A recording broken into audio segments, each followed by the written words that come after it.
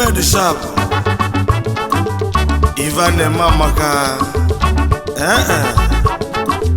Tozy Hotel 1 year Nkechukwu mela makano onye mmadụ Chukwu abịa ọzọ unuwo n'onu malumo haba una mana Tozy Hotel agbagonaro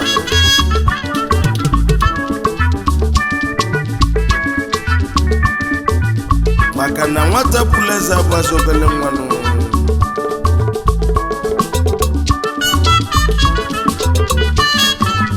Tozy Hotel na Abuja no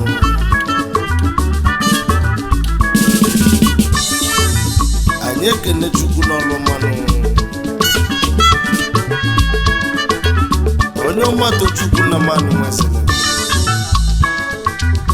Ivan Mamaka no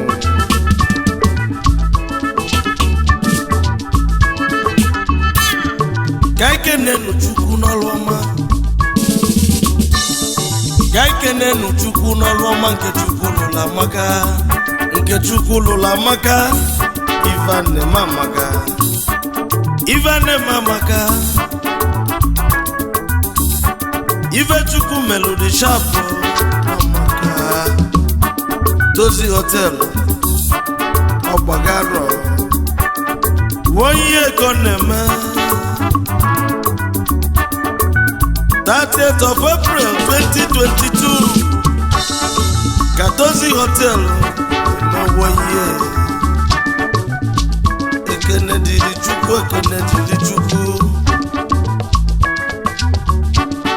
Ivan Mamaka Ivan made sharp Mamaka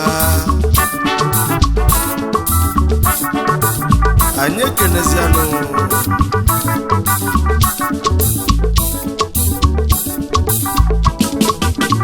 Managing Director Tozy Hotel and Suites Abuja Gwagwarada One iso na ndị obodo ji bili onye mmadụ Chukwu namesake iso na ndị obodo ji bili ọnya bụ iso na ndị obodo ji bili Chief Tochukwu Okonkwo iso na ndị obodo ji bili ezi nwa si amagunze wepụta iso na ndị obodo ji bili n'ugbo enyimani iso na ndị obodo ji bili aka onye weta iso na ndị obodo ji bili na South America iso na ndị obodo ji bili onye ọma gaba n'iru na nke Chukwu mela amaka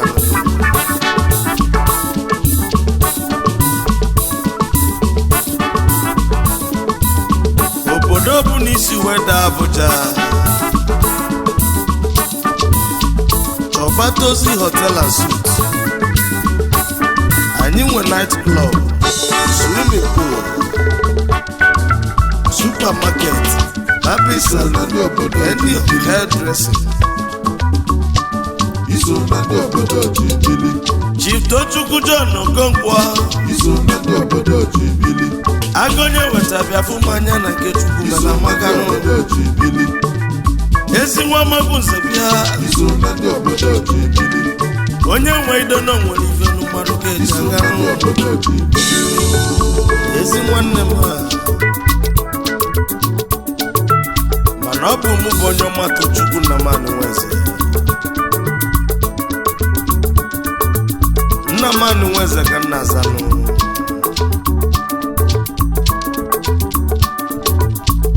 amagunze ka nsi pụtazi anụ na ụmụ atụ obula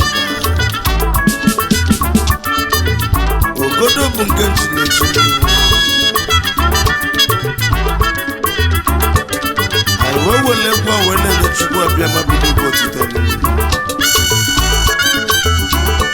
na Tozy Hotel ọ gbakọkwa n'arọ